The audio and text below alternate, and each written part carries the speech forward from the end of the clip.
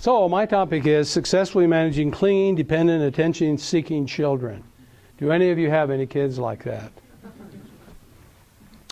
Okay. So little kids are born with a certain amount of anxiety, but they aren't without a set of tools. They discover right away that crying works. They learn to cry, and they get you to come and change diapers and feed them. They learn right away. Most of the contact between a parent and a newborn baby is initiated by the baby, and not by the adult.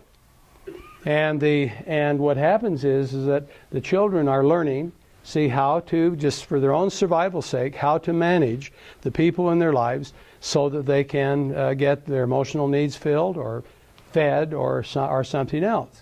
Now, we may think of them as manipulative, but they're simply learning a set of behavior that is likely to guarantee that they'll be able to eat and feel comfortable and so on.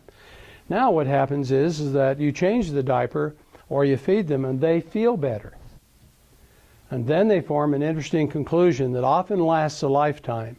We think we can control our thoughts, but most people think that our feelings are caused by somebody other than us.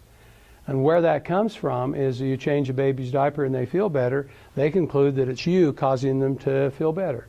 And then they form this notion that you are the person who is the bringer of all good positive things, and whenever they get anxious then, they'll come and be with you and so on, and in some extreme cases they'll start to cling. And they'll get upset that you're not hanging around, or that when you walk out of the bedroom at night they'll cry and say, "Stay with me," and you do all sorts of things. So here are some steps you could take to handle kids who are excessively dependent and clingy. Okay, first of all, you can make sure that they know how to play with some toy or with some activity, and you get out the timer, for example, and you see if they can play by themselves for as long as a minute. And you compliment that and hug them and say, "You did that." And then you gradually just extend that until they can play by themselves for 2 minutes, 3 minutes, and so on. Another thing you can do is that you can actually, depends on their language skills, you can teach them about being independent, doing things by yourself. Most kids like to do that starting at 3 anyway. And so you can say, okay, let's see if you can put your shoes on, put your clothes on, and so on. So you teach them a form of independent behavior and then reward them for that. In an extreme case where you have a child who's really emotionally dependent, one of the things you can do is to ask them to, for 30 minutes a day, come and stand right by your leg and hang on to your leg, no matter where you go. So you walk over to the sink and you say, "Come and stand right here." And they'll say, "I don't want to." And you say, "No, you need to." And then if you go to the bathroom, say, "Stand exactly by this door until I come out."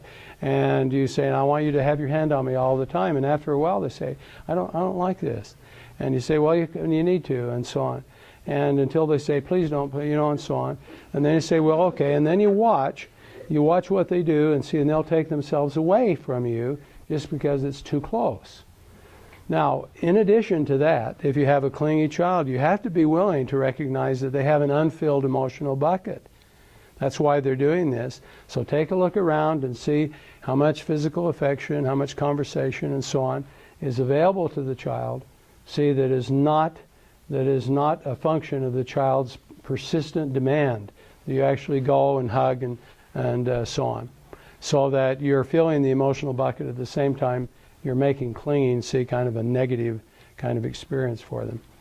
Now, depending on their age, you need to help kids work out of that, because to produce something that's called resilience, where they are resilient and self-reliant. So you start working on that gradually and so on, because if you don't move them out of that, they're excessively vulnerable to the influence of other people or chemicals or something else that gratifies them. Most addictions, for example, occur because they have an unfilled emotional bucket, okay? They try something and it makes them feel good, and the counterfeit ones like pornography or chemicals or so on make them feel good, but it addicts them.